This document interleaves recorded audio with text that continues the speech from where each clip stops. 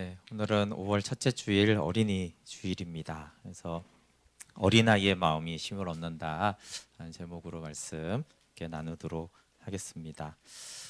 예, 코로나가 정말 한 3개월째 이제 3월부터 아주 심각해졌고, 그래도 우리나라는 감사하게 많이 안정화가 되면서, 그렇지만 이제 그 포스트 코로나에 대한 이야기가 많이 있습니다. 정확히 어떻게 될지는 모르지만 국내의 많은 전문가들은 이제 코로나19 이전 생활로 돌아가지는 못할 것이다라고 많이들 전망하고 있습니다. 어느 정도는 돌아가겠지만 어떤 것들은 다시는 돌아가지 못하게 될 것이고, 이제 그 정도 차이는 이제 사람마다 다 다르죠. 그래서 대통령도 코로나19는 세계 질서를 재편하게 되며 우리가 사는 세상을 이전과 다른 세상으로 바꿔놓고 있다. 그러면서 이제 경제 구조와 삶의 방식의 격동의 시기다라고 하면서 특별히 이제 산업에서 비대면 산업의 육성에 대해서 말을 했죠. 사실 뭐 전문가도 다 하는 얘기입니다. 상품과 서비스의 비대면 거래, 비대면 의료 서비스, 재택근무, 원격 교육, 배달 유통 등 디지털 기반의 비대면 산업을 적극적으로 육성해야 된다. 네, 안 그래도 이제 4차 산업혁명이 이제 굉장히 가속화되고 있었죠. 큰 이슈였는데 이제는 본격적으로 4차 산업혁명 시대로 들어갈 것이고, 4차 산업혁명이 이제 굉장히 편리한데 저항이 많이 있잖아요. 실직자들도 많이 늘어나고 그런 사람들이 있는데 이제 코로나 때문에 그런 사람들이 이제 말을 못하게 된 거예요. 이거 전염병 때문에 어떡할 거냐. 그러면서 이제 이미 많이 나와 있는 기술들과 앞으로 기술이 급속화가 될 것이고, 그것들을 이제 언컨택트 사회라고 하죠. 이제 관계는 하지만 직접 대면은 하지 않는 관계를 할 거라는 이야기죠. 지금 많이 하고 있잖아요, 그렇죠? 화상 교육, 온라인 교육, 온라인 회의 이런 것들을 이제 하면서 직접 대면하지는 않는데 이제 관계는 할 거다, 이런 것이죠.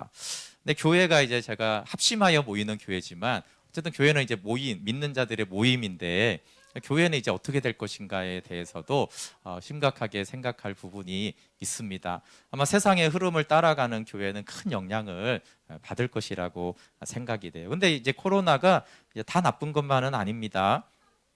코로나가 중요한 교훈들이 있죠. 세상 사람들도 다 아는 교훈이 생겼는데, 그것은 너무나 개인적인 이익과 권리에 매몰되면, 즉 개인주의에 너무 이제 매몰되면은 이렇게 함께 폭망한다. 그럼 서구 선진국들이 이렇게 코로나가 어려운 것 중에 하나는 기술의 문제가 아니라 상당히 개인주의가 우리나라보다 굉장히 많이 있죠. 그게 이제 굉장히 자랑거리였는데 지금은 그것 때문에 굉장히 큰 어려움을 갖고 있어요. 그러니까 이제 지금은 개인주의가 안 된다라고 하면서 더불어 함께하는 이 사회적 연대가 너무나 중요하다라는 부분들을 이제 다들 또 이제 공감을 하고 있습니다. 그래서 이게 역설의 조화인데요. 언컨택트 사회, 대면을 하지 않는 사회가 강조되면서 동시에 공동체가 너무 중요하다. 우리 혼자 못 산다. 그렇잖아요. 한 사람만 이렇게 되면은 다 우리가 너무나 많은 사람이 피해를 볼 수 있기 때문에 다 한 가지 어떤 한 마음이 돼야 된다라는 그런 공동체가 동시에 강조가 되고 있어요. 그래서 이런 부정적인 면도 신앙생활에 있지만 정말 교회는 원래 공동체를 항상 중요하게 여겼던 곳이잖아요, 그렇죠? 그러니까 이 공동체가 얼마나 중요한 것인지를 또 알게 해주고 있습니다. 그렇지만 이제 변화가 많기 때문에 분야별로 예수님의 지혜를 구해야 될 거예요. 교회만이 아니라 내가 살아가고 있는 각 그 영역에서 정말 지혜가 필요한 그런 시대가 되었습니다. 여러분, 고린도전서 1장 30절에 예수님의 우리의 의와 거룩이 되시는데 거기에는 우리의 지혜가 되신다라고도 되어 있어요. 그래서 하나님을 경외하는 것이 지혜의 근본이라고 잠언에서 말하는데 고린도전서에는 예수님이 우리의 지혜다 이렇게 말하기 때문에 정말 예수님을 경외하고 예수님의 마음을 품는 것이 지혜죠. 그 대표적인 하나님의 지혜, 예수님이 우리의 지혜가 되는 것 중에 하나가 아주 유명한 이제 소설 책인데요. 예수님이라면 어떻게 할 것인가? 기독교 고전이죠. 이것은 찰드 쉘든 목사가 1896년에 이분이 이제 좀 사회에 연약한 자들에게 관심이 많았어요. 그래서 실직한 이제 인쇄공으로 좀 가장을 해서 크리스찬들에게 좀 도움을 요청을 해봤는데 크리스천들이 너무나 무관심하고 차별이 커서 큰 충격을 받았다고 그래요. 그래서 이 행함 없는 믿음, 말은 있지만 행함이 없는 이 믿음에 대해서 좀 각성했으면 좋겠다라고 해서 사실 이게 소설입니다. 실제 얘기는 아니고 그 소설의 이제 주인공은 물질적이고 세속적인 안정과 풍요로움이 있는 그 도시에서 가장 크고 가장 세련되고 멋있는 그런 제일교회 담임 목사인 헨리 맥스웰 목사입니다. 근데 이 목사님은 나쁜 사람이 아니에요. 그냥 그 일반적인 목회 이렇게 성실하게 잘하는 분이었는데 토요일 날 목사가 뭐 해야겠어요? 설교 준비해야죠. 근데 어느 날 실직한 한 이제 노숙자인데 이제 원래는 일하던 분이고 다시 일을 구하고 있었던 그 노숙자가 찾아와 가지고 막 도움을 요청했어요. 일자리가 필요하다고. 근데 분이 설교 준비해야 되니까 바쁘니까 미안하다고 하면서 이제 거절하고 이제 돌려보냈어요. 자기가 해야 될 일을 하기 때문에 그랬는데 그런데 이제 그 남자가 이제 주일에 이렇게 설교를 하고 있는데 갑자기 저기서 들어오더니 앞으로 이렇게 뚜벅뚜벅 걸어 나오고 설교 중에 그러면서 이 실직했던 남자가 이 목사님을 찾아왔던 그 사람이 여러분 예수님이라면 어떻게 하셨겠습니까? 라는 취지의 말을 몇 마디 하고 예수님이라면 어떻게 하셨을까요? 라고 썰어져요. 그리고 이제 며칠 뒤에 이 사람이 죽습니다. 이게 이 맥스웰 목사님에게 좀 충격이 되었죠. 아니, 자기는 설교 준비한다고 이렇게 미안하다고 하면서 매몰차게 한 게 아니에요. 미안하다고 지금 바빠서 안 된다고 이렇게 한 것이었는데 그 사람이 이제 예수님이라면 어떻게 하실까 하고 죽은 다음에 이것에 대해서 심각하게 이것이 하나님이 주시는 도전이 아닐까라고 하고 이제 성도들에게 이제 좀 도전을 했죠. 여러분 이 사람의 말은 예수님이라면 어떻게 할 것인가라는 질문을 하고 예수님이라면 이렇게 하겠다라고 생각되는 대로 우리가 1년 동안 한번 그렇게 살아보자. 라고 이제 서약을 할 사람들을 이제 자원하는 사람들을 모집을 했는데 거기 이제 많지는 않지만 이제 몇 명의 사람들이 이제 모여서 이제 예수님이라면 어떻게 할 것인가라는 것으로 살기로 합니다. 그러면서 이제 쭉 내용이 있는 것이 이 책의 이제 주 내용이에요. 결과는 당연히 놀라운 좋은 변화가 나타나죠. 근데 단순히 짠하고 좋아지는 것은 아니에요. 데일리 뉴스의 사장인 노먼은 예수님의 마음으로 신문사를 운영하다가 많은 손해를 봅니다. 여러분 지금 뉴스들도 신문사들도 방송국들도 예수님의 마음으로 하면 손해를 많이 볼 거예요. 그런데 이제 또 반면에 이 아주 부유한 상속자였던 버지니아는 그냥 이제 부자로 그냥 자기가 잘 살다가 예수님이라면 어떻게 할까 하면서 구제하고 복지관을 이제 건축을 하고 또 이 파산 위기에 있었던 아까 데일리 뉴스의 신문사를 이제 후원하고 이제 그렇게 하면서 이 신문사가 또 망하지 않고 이렇게 세워져가는 다양한 사람들의 얘기들이 나옵니다. 예수님이라면 어떻게 할 것인가에 대해서는 이것이 이제 믿음의 도전이고 또 이것이 이제 하나님의 도우심을 받는 길이죠. 그리고 정말 가장 창의적인 삶을 살아가는 내용들이 나옵니다. 제가 이제 코로나가 되고 나서 많이 여러분들이 생각하고 저도 많이 받은 질문이 있어요. 그것은 가느냐 서느냐예요. 가느냐 서느냐. 예배를 실시간으로 합니까 안 합니까? 복음 충신 학당을 엽니까 안 엽니까? 그러니까 하냐 안 하냐에 대한 질문이 많아요. 또 우리가 이제 뉴스를 보면서도 그렇죠. 온라인 계약을 할 건지 오프라인 계약을 할 건지 안 할 건지 이것에 대한 내용이 굉장히 많아요. 그런데 이제 처음에는 좀 그렇게 생각했다가 점점 제 마음에 가고 서는 게 중요한 게 아니라 주의 뜻대로 가는 것과 주의 뜻대로 안 가는 것이 중요하다. 안 할 거면 안 하는 게 중요하지 않고 주님은 왜 안 하기를 원하실까? 해야 된다라면 하나님은 왜 하기를 원하실까? 그 지혜가 더 필요하다. 그럼 그 찬양 중에 주님 말씀하시면 이라는 찬양이 있잖아요. 거기에 나의 가고 서는 것 주의 뜻에 있으니 오 주님 나를 이끄소서. 근데 우리는 원래는 이제 이 도시 사회는 가려고 하는 속성이 있잖아요. 그렇죠? 자꾸 가야 돼요. 안 가면 경쟁 사회니까. 그러니까 이제 멈추는 게 너무 힘든 거잖아요. 그렇죠? 그래서 멈추는 걸 견디지 못하는 것도 있고 또 일부 게으른 분들은 멈추는 게 너무 좋잖아요. 그렇죠? 아싸 계약 안 한다 이러면서 집에서 놀자 이런 또 이제 멈추려고만 하는 경우도 있죠. 근데 하느냐 안 하느냐의 마음을 뺏기지 않고 주의 뜻을 분별하면서 주님이 가라고 하시는지 멈추라고 하시는지. 근데 주님은 멈추라고 할 때 이유 없이 멈추라고 하지 않으시거든요. 가라고 할 때도 또 이유 없이 가라고 하시지 않으세요. 그래서 주의 뜻을 분별하는 것이 필요합니다. 코로나가 좀 안정세가 되면서 이제 3월 첫 주부터 저희가 2달간 이제 동영상과 본당을 병행했고 5월 11일부터 이제 11시 예배와 1시 30분 예배 또 실시간 동영상 예배를 병행하려고 하는데 제가 이걸 생각한 지는 오래됐습니다. 근데 이렇게 이제 제가 생각을 하고 이제 나중에 리더들하고 이제 회의를 한 이유는 야, 이게 못 모이니까 모여야 한다. 이렇게 생각한 것이 아니에요. 처음에는 그렇게 생각했는데 모여야 한다라는 명제는 왜인가? 우리는 꼭 모여야만 됩니까? 그럼 또 안 모여야만 됩니까? 우리는 장사복음에 대해서 잘 들었잖아요. 그럼 우리가 다시 여기가 이탈리아나 뉴욕이나 대구처럼 되면 우리는 서야 돼요.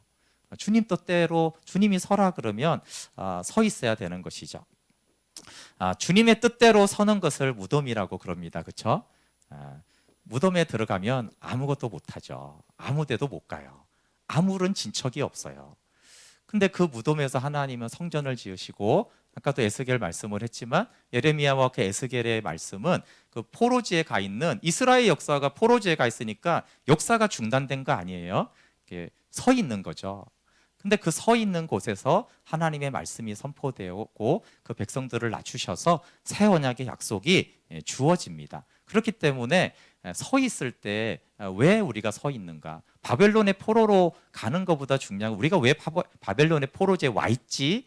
그것을 깨달은 자는 사실은 예루살렘에 있는 자보다 복된 자예요.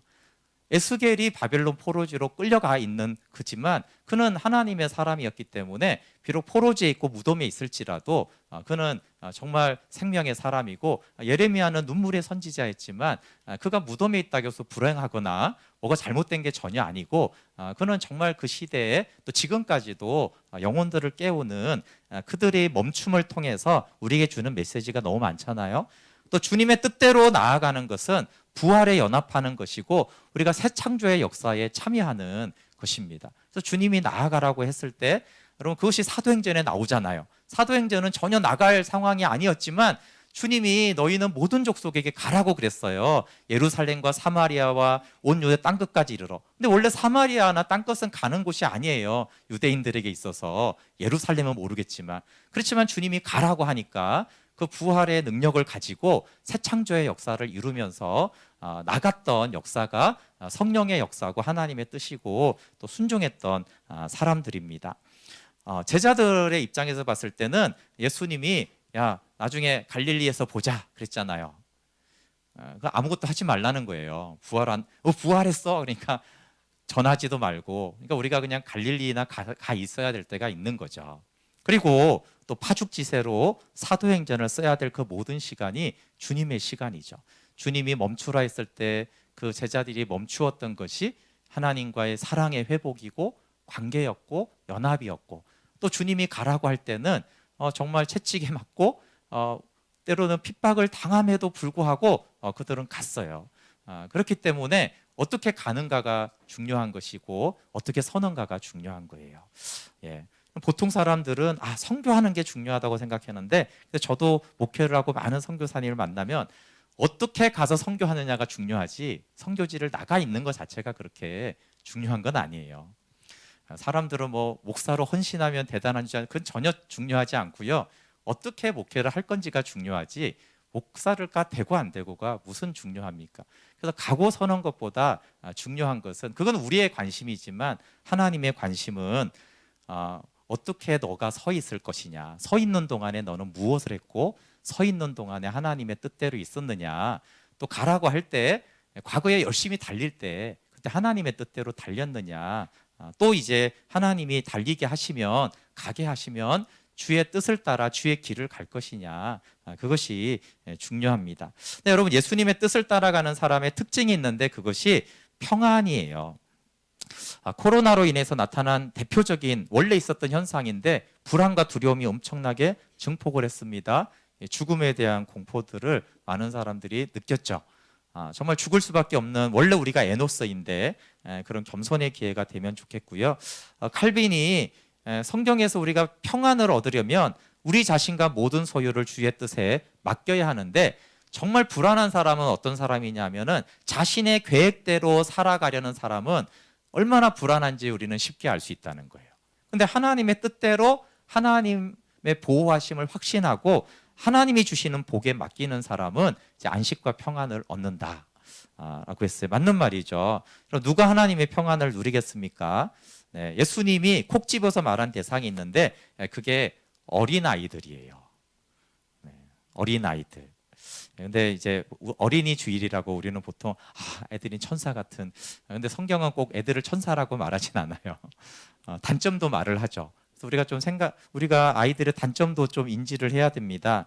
고린도전서 14장 20절에 형제들아 지혜에는 아이가 되지 말고 악에는 어린 아이가 되라. 그러니까 아이들은 지혜가 부족하다는 걸 우리가 알 수 있고요. 악에는 어른보다 훨씬 낫다는 것을 알 수 있죠.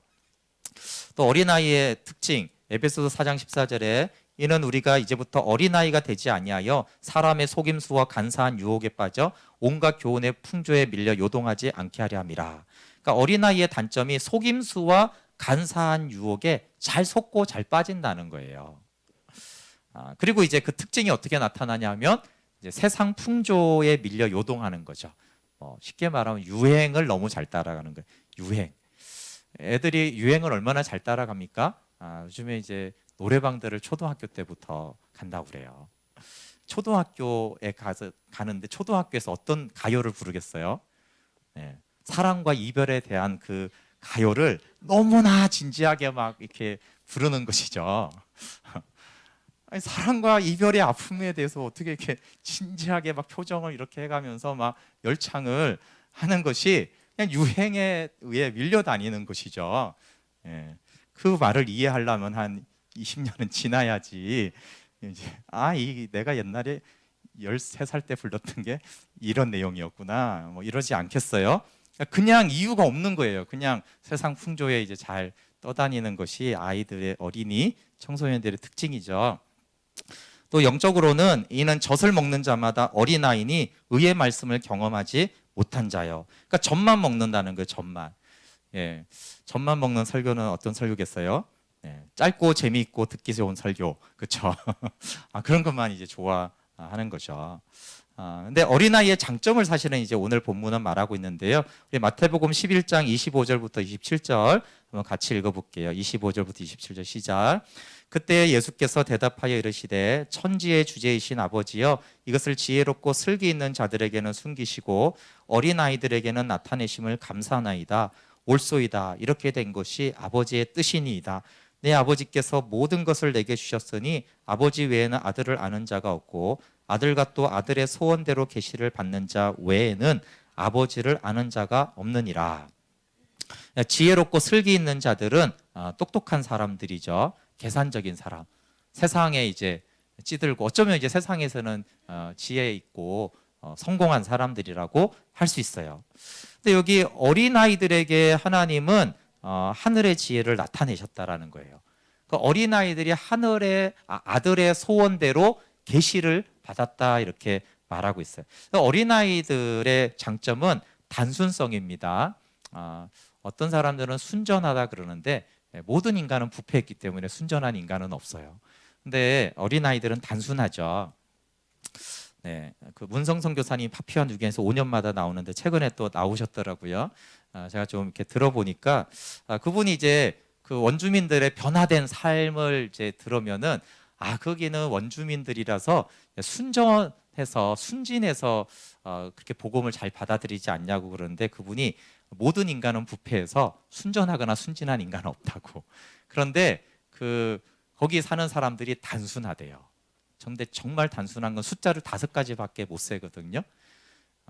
5가지도 1, 2, 3, 4, 5 이렇게 못 세고요. 하나, 둘밖에 없어요. 그럼 셋은 어떻게 세요? 하나, 둘, 하나 그러면 셋이에요. 그럼 넷은 어떻게 세요? 둘, 둘 그러면 넷이에요. 그럼 5은 어떻게 세요? 주먹 그러면 5개예요.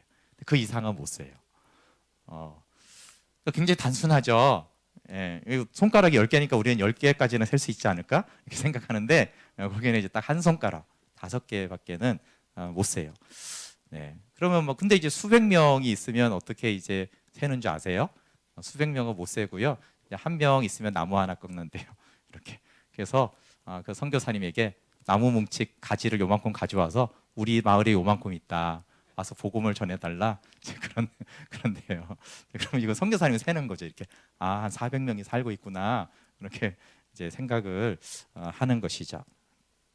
근데 참 이 원주민들 얘기를 들어보면 문성 선교사님이 말하는 주 내용인데 굉장히 그 인간이 누군가에 대해서 잘 알 수가 있어요. 그래서 복음이 무엇이고 인간이 어떤 존재인지를 굉장히 잘 알 수 있는 그 선교사님의 헌신된 것 말고도 그 원형이 이렇게 인간의 원형이 좀 보존된 그런 것들을 볼 수 있어요. 그래서 그 사람들은 간음을 하거나 도둑질을 하거나 심지어 살인하는 거를 그냥 막 해요. 그리고 죄의식도 없어요. 전혀. 이분이 얼마 전에 나오기 전에도 하여튼 토막으로 이렇게 사람을 죽이는 그게 뭐 범죄가 아니에요. 그냥 이렇게 귀신 들렸다 이래갖고 이제 다 이제 죽이고 그 가족들이 있는데 앞에서 그런 정말 우리가 생각하기에는 상상을 넘어서는 죄를 너무나 쉽게 이렇게 저지르는 거죠. 근데 이제 하나님이 어느 날 이 선교사님 마음에 이랬대요. 야, 얘네들을 봐라. 얘네들은 죄인인데 진짜 죄인처럼 산다. 근데 문성아 너는 참 불쌍하게도 죄인처럼 살지도 못하는구나. 네, 너무나 많은 지식과 도덕과 이런 것들이 있어서 죄인처럼 살지도 못하는 네가 더 불쌍한 거 아니냐.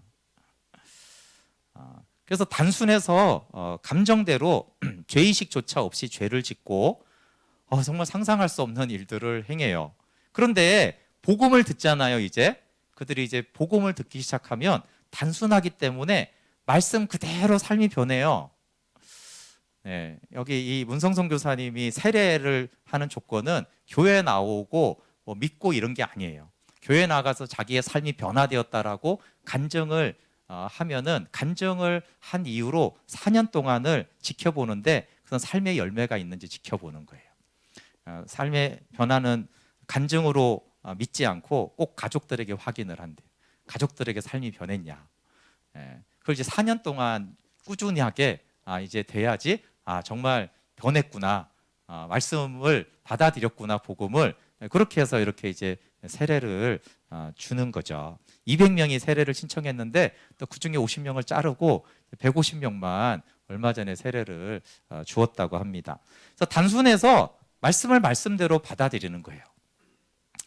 이 문성 선교사님이 참 헌신된 분이잖아요. 근데 이분들이 원주민들을 보면 깜짝깜짝 놀라는 게 뭐냐 하면은 자기는 너무나 단순하게 아담과 하와 이야기를 하면서 이걸 어기면 정령 죽으리라 이렇게 말했다라고 별로 그렇게 감흥이 없이 말했는데 그 듣는 사람들은 진짜 받아들인다는 거예요. 그 죽음의 공포로 말씀을 받아들인다는 거예요. 그러니까 이제 십계명을 가르칠 때도 그걸 그냥 문자 그대로 받아들이고 있었다는 거예요.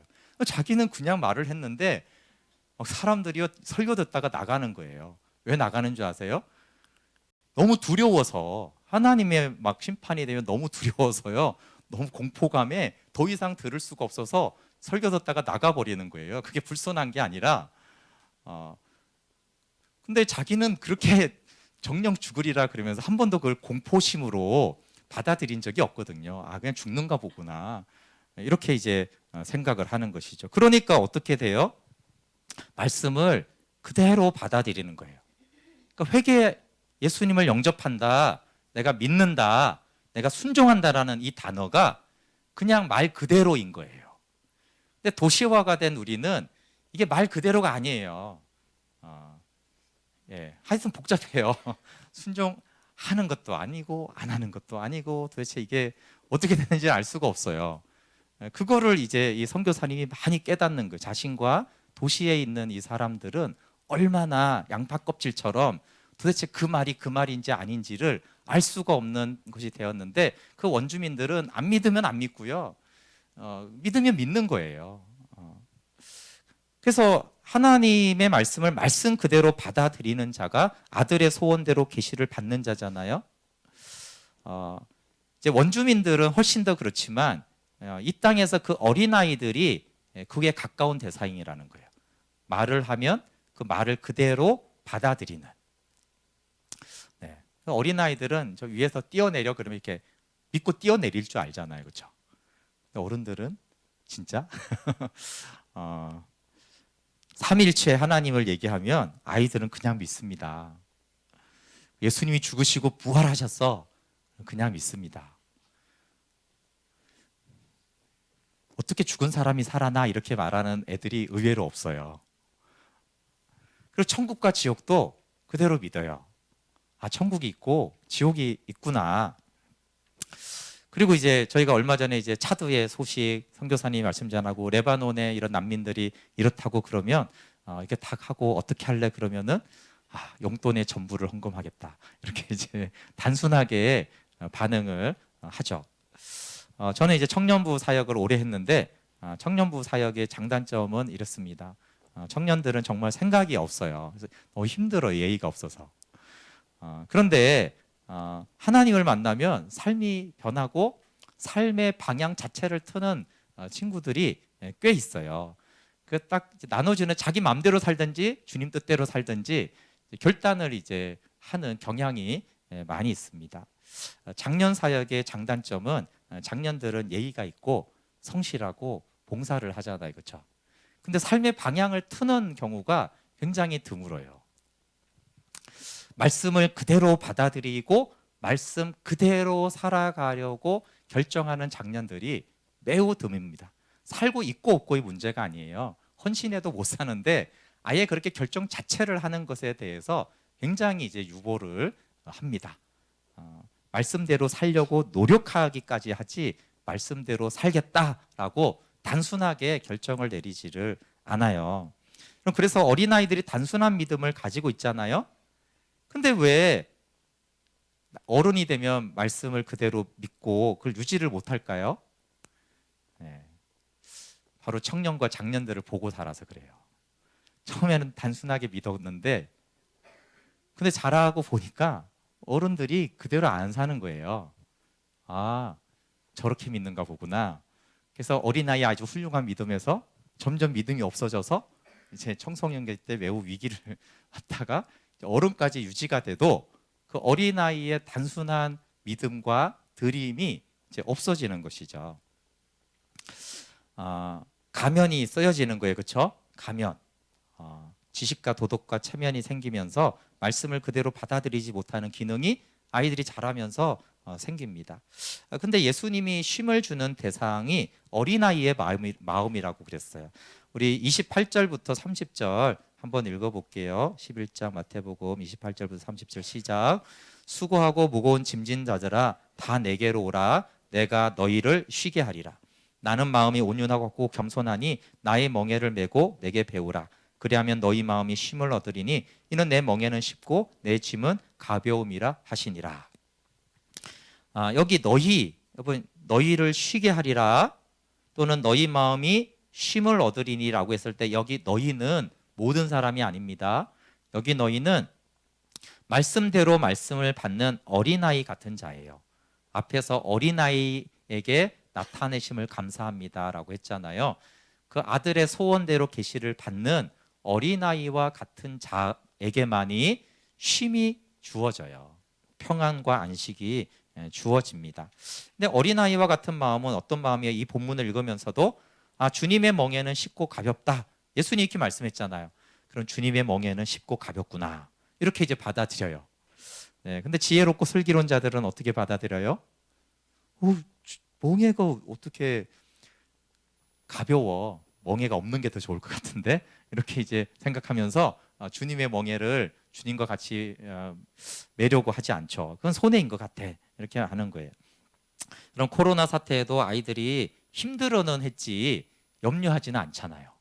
놀지 못해서 힘들어하지 염려하지는 않죠. 왜냐하면 단순해서 믿기 때문에 그래요. 부모님이 불안하든 말든 관심이 없어요. 그냥 나는 엄마 아빠를 믿어. 이렇게 이제 믿는 것이죠. 그럼 다윗이 하나님께 합한 이유는 그가 어린아이와 같았기 때문이에요. 다윗 한번 특징을 생각해 보세요. 근데 다윗이 어떻게 어른이 되어도 어린아이와 같은 마음을 유지했는지가 참 신기합니다. 왜냐하면 다윗은 굉장히 똑똑한 사람이었거든요. 이 장수 중에서 그는 다 갖췄어요. 이렇게 싸움을 잘하는 장수가 있고 전략을 잘 짜는 장수가 있고 리더십이 있어야 되는데 다윗은 다 가졌는데 사실 그는 굉장한 전략가였어요. 그러니까 머리가 비상한 사람이었죠. 그리고 또 목동이었고 시인이었고 음악가였고 정치인이었고 장군이었고 선지자였어요. 도대체 몇 역을 하는 거예요. 근데 그런 사람이라면 굉장히 어린아이와 같은 마음이 없을 것 같은데 놀랍게도 그가 그런 모든 일들을 했으면서도 어린아이와 같은 마음을 여전히 유지하고 있었어요.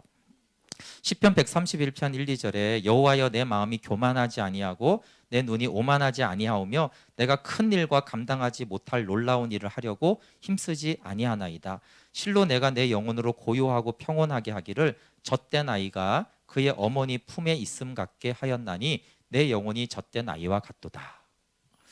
네, 그가 세상적으로 단순하고 어리석었다는 뜻이 아니죠.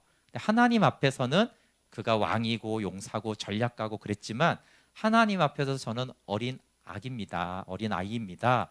라고 했다라는 이 어린아이와 같은 마음을 하나님 앞에서 끝까지 지켰다라는 것이에요. 물론 그것을 못 지켰을 때 실수하고 넘어졌지만 그의 전반적인 마음은 하나님 앞에서는 늘 어린아이와 같았어요.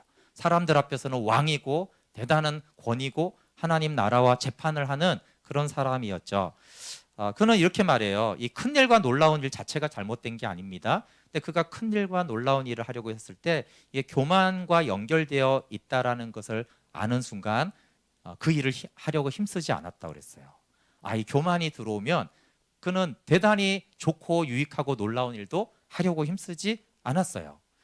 그런데 놀랍게도 다윗 왕국과 그의 위대한 일이 이루어졌어요. 여러분 이것이 다윗이 알렉산더나 징기스칸과 같은 위인들과 다른 면이에요. 놀라운 일을 했어도 그 동기와 방식이 전혀 다른 방식으로 이루어진 것이죠. 어린이 주일에 우리가 어린아이의 마음으로 어른이나 청년이나 장년이나 쉼을 얻기를 원합니다.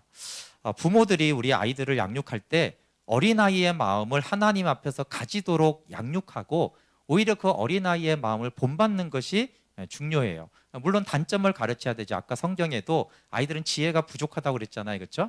그래서 유대인들이 어떤 성경을 기반한 탈무드나 성경적 지혜로 대화하는 이런 지혜를 가르치는 것, 잠언의 지혜는 필요합니다. 또 세상 풍조를 따르잖아요. 그렇죠? 그래서 이제 유행이나 이 수평 문화가 의미도 모르고 막 받아들이기 때문에 수직 문화나 하나님을 경외하는 것이나 이 순종 교육, 효에 대해서나 충에 대해서나 이런 교육들이 필요하죠. 또 젖만 먹기를 좋아하잖아요. 재밌는 것만 좋아하기 때문에 사실 힘들어도 이렇게 3대가 같이 예배드리는 것이 참 중요하고 또 하브루타와 디베이트를 통해서 깊은 사고를 하게 하는 그런 것들, 고전을 익히기나 사실 고난 교육도 정말 좋습니다. 정말 이스라엘에 가면요, 애들이 현장 교육을 많이 다녀요. 그것도 고난 교육 중심으로 그런 걸 많이 하죠. 근데 어린아이의 마음, 단순함에서 오는 지혜를 그런데 없애버리면 안 돼요. 여러분, 가면이 없는 것이 대단한 지혜입니다. 말씀을 그대로 받는 아이들의 모습을 사실 어른들이 본받아야 돼요. 근데 어른들의 단점은 이 양파처럼 가면과 외식이 너무 많고 복잡해요. 그래서 가면을 쓴 줄을 알면은 그 사람은 대단한 사람이죠. 근데 가면을 쓰고도 가면을 쓴지를 몰라요. 지금 마스크를 쓰고도 마스크를 썼는지 모르시는 분들은 완전히 적응이 된 거잖아요. 근데 원래 썼으면 이게 인지가 돼야 되죠. 내가 쓰고 있구나. 하덕규 목사님의 그 옛날에 이게 찬양이죠. 사실은 CCM인데 자유라는 노래, 껍질이 난지 내가 껍질인지도 모르고 살았다는 말이 있어요. 내가 껍질입니까? 껍질이 납니까? 모르죠. 겉에 보이는 포장한 내가 난지 안에 있는 그게 난지 알 수가 없어요. 그 말은 외식을 하면서도 내가 외식을 하는지 인지가 안 되는 상태라는 것이에요. 그런데 어린아이에게 사실 어른들이 이 세상이 가면을 씌우는 교육을 많이 시켜요. 그 가면을 쓰는 걸 지혜처럼 가르쳐요. 그래서 아이들은 쉼이 없는 어른들처럼 만들어 버리죠. 그래서 아이들이 크면 쉼을 못 누리는 거예요. 교사들, 뭐 학교 교사든 어린이 교사든 교회 교사든 교사들이 아이들을 참 좋아해요. 사실 아이들이 모든 사람들이 아이들을 가르치는 걸 좋아하지 않아요. 힘들잖아요. 그냥 멀리서 보기에 이쁘지 가까이 가보면 힘들어요. 그런데 왜 어떤 사람들이 이렇게 좋아하는지 여러 이유가 있지만 제가 이렇게 관찰을 하거나 대화를 해보니까 참 아이들은 유치하고 말 정말 안 듣고 이기적이거든요. 근데 아이들은 외식이 없어요. 외식이 없어요. 그래서 외식하는 사람을 힘들어하는 부류의 사람들이 교사를 좀 하더라고요. 아이들은 싫으면 싫다고 이기적이면 그 이기심을 그대로 그냥 드러내요. 근데 아까 하나님이 그랬잖아요. 문성 성경에 너는 죄인인데 죄인처럼도 못 사는구나. 그처럼 아이들이 이기적인데 너는 이기적인데 이기적인 걸 표현하는구나. 그게 차라리 쉽다는 거예요. 근데 어른들은 이기적인데 이기적인 걸 표현하지 않아요. 근데 이기적이에요. 그러니까 힘든 거예요. 이기적인데 이기적인 걸 보역하지 않는데 이기적으로 나중에 이제 등을 치거나 그러니까 어른들의 이기심은 정말 이 감추어진 가면을 쓴 이기심은 너무 힘들다. 차라리 그냥 이기심을 표현하는 이 어린아이들이 차라리 더 낫다. 그러니까 애들은 진짜 많은 걸 해주고 선생님 미워 그러잖아요. 얻어먹은 게 얼마인데 미워라는 말을 그렇게 할 수가 있어요. 그렇죠? 근데 그냥 너는 그냥 미우면 밉다고 말하는구나. 근데 어른들은 미우면서도 안 그러잖아요. 나이스하게 하지만 사실은 더 많이 그 미움을 증폭하는 그런 것들을 좀 이제 힘들어하는 분들이 그래도 이제 아이들하고 있기를 비교적 좋아합니다. 근데 여러분 하나님도 그렇게 하셨어요. 외식하지 않는 세리와 죄인. 하나님이 세리와 죄인 자체를 지지한 게 아닙니다. 근데 세리와 죄인들은 비교적 외식하지 않는 부류라고 한 거죠. 근데 바리새인들은 외식했기 때문에 차라리 외식하지 않는 세리와 죄인들 더 기뻐하고 그들에게 자신을 계시하셨어요. 그럼 다윗을 우리가 잘 알잖아요. 다윗은 흠없는 사람이 아니에요. 범죄도 했고요. 가정이 콩가루예요. 근데 다윗이 하나님에게 합한 사람이 된 것은 그가 흠이 없어서가 아니라 외식을 하지 않았어요. 하나님 앞에서 가면을 쓰지 않은 사람이 다윗이에요. 그래서 하나님 마음이 합한 것이죠. 네, 인터넷 찾아보다가 아이가 엄청 열심히 간절히 기도하죠. 네, 잘 안 보이면 자세히 보면 굉장히 간절히 기도해요. 네, 두 번째 사진이 있는데 앞에 통닭이 있어요. 그래서 통닭을 두고 저렇게 간절히 이제 기도하는데 뭐 해석을 어떻게 하든 저는 그냥 이대로 해도 저 아이는 정말 어린아이 같구나. 우리는 그 음식을 두고 그렇게 간절히 기도하지 않잖아요. 막 돈이 들어와도 너무 기쁜데 안 기쁜 것처럼 하면서 그렇게 하잖아요. 어린아이들은 단순하게 하나님을 믿는 어린아이의 마음을 빼앗기지 말아야 돼요. 어린이 여러분, 하나님 앞에서 어린아이 같은 마음을 크면서도 잃어버리지 않도록 해야 돼. 막 어른들이 막 협박해도 아니야. 여러분 성경에 다윗만이 아니라 위대한 믿음의 사람들을 자세히 보면 흠이 많잖아요. 우리가 보면 왜 아브라함도 특히 야곱 이런 사람은 왜 이렇게 근데 왜 믿음의 조상이지? 왜 믿음의 그 사람들이 있지라고 하면은 그게 이 세상의 기준이 아니고요. 하나님 앞에서 어린아이 같은 마음 아니면 비교적 어린아이와 같은 마음을 가진 사람들이 사실은 성경의 그 구속사에 포함되어 있는 사람들이에요. 이 세상의 기준으로 보면 우리보다 문제가 많거나 이런 사람들이 꽤 있어요. 그런데 여러분 하나님 앞에서 나의 태도와 이 믿음의 사람들의 태도를 보면요, 그들이 훨씬 낫습니다. 우리는 하나님 앞에서 너무 복잡해요. 마무리를 하겠습니다. 어린아이의 마음이 쉼을 얻습니다. 코로나19 등 상황에 늘 불안하고 두려운 존재를 우리가 다시 한번 확인하는 시기였어요. 근데 하나님 앞에서 어린아이의 마음과 단순하고 가면을 쓰지 않는 마음을 우리가 구하고 지켜야 됩니다. 물론 회사 생활 하려면 단순하면 안 돼요.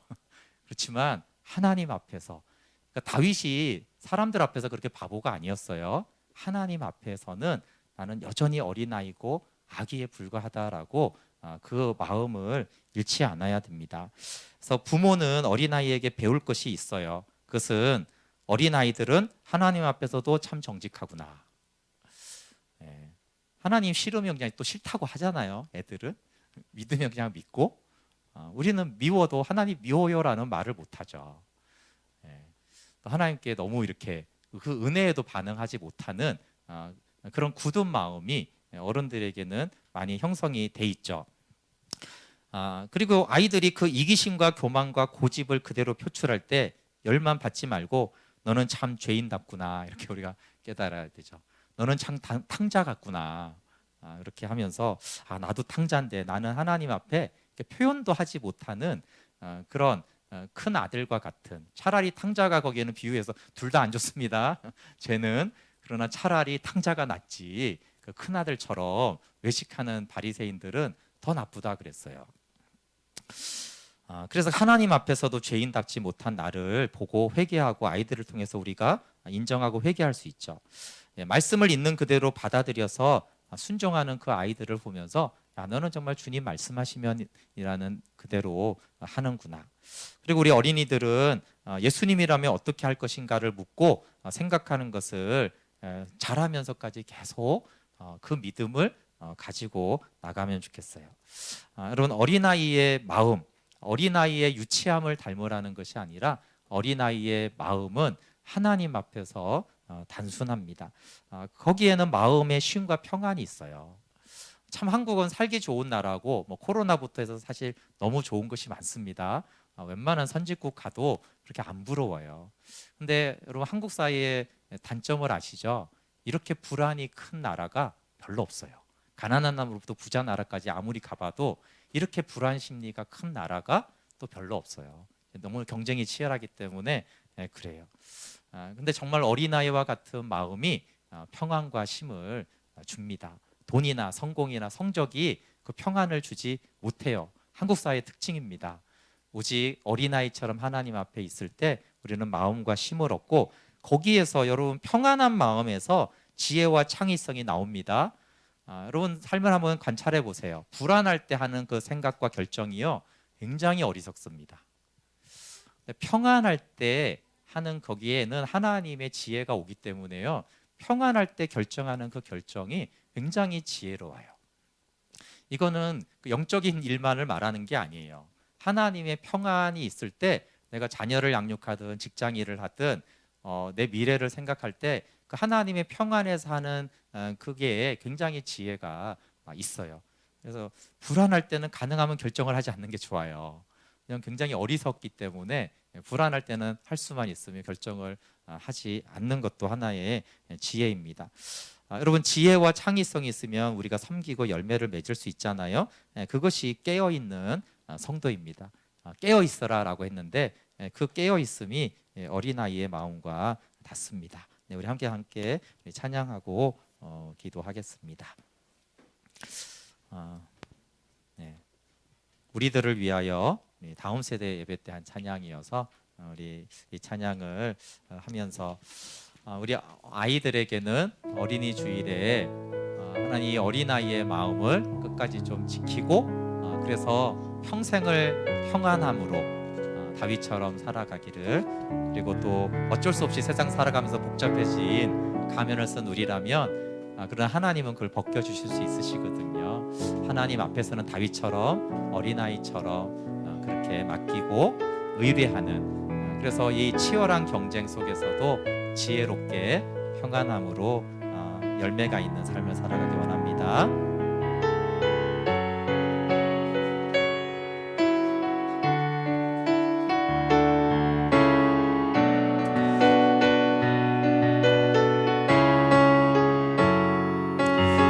우리들을 위하여 십자가에 못 박히신 주님 찬양하겠습니다.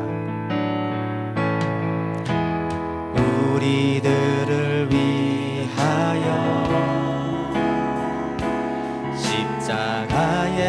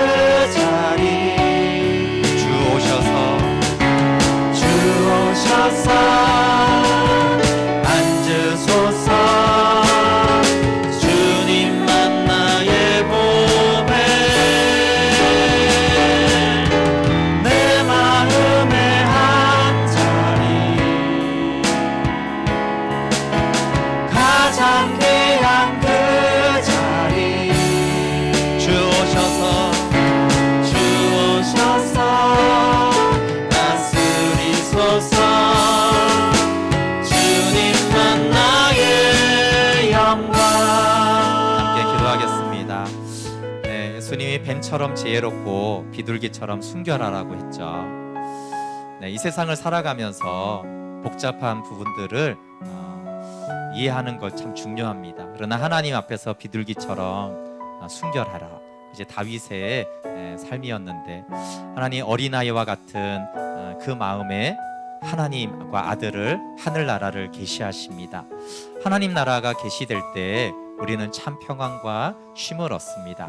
그리고 내 힘과 내 능력으로만 살아가는 것보다 주님과 함께 멍에를 메고 주님께 배우는 것이 쉽고 가볍고 온유하고 겸손하신 주님과 함께하는 기쁨이구나 라는 그 고백으로 살아가게 되어집니다. 우리 어린아이들에게는 이 마음이 지켜지도록, 또 어른이 된 우리의 마음에는 하나님 앞에서 그 위대한 다윗 왕도 어린아이처럼 하나님 앞에 있다고 했는데, 하나님 앞에서의 그 단순성과 하나님 앞에서의 정말 하나님만을 의지하는 그 마음, 우리 부어져서 참된 평안으로 주님과 함께 하도록 같이 기도하겠습니다.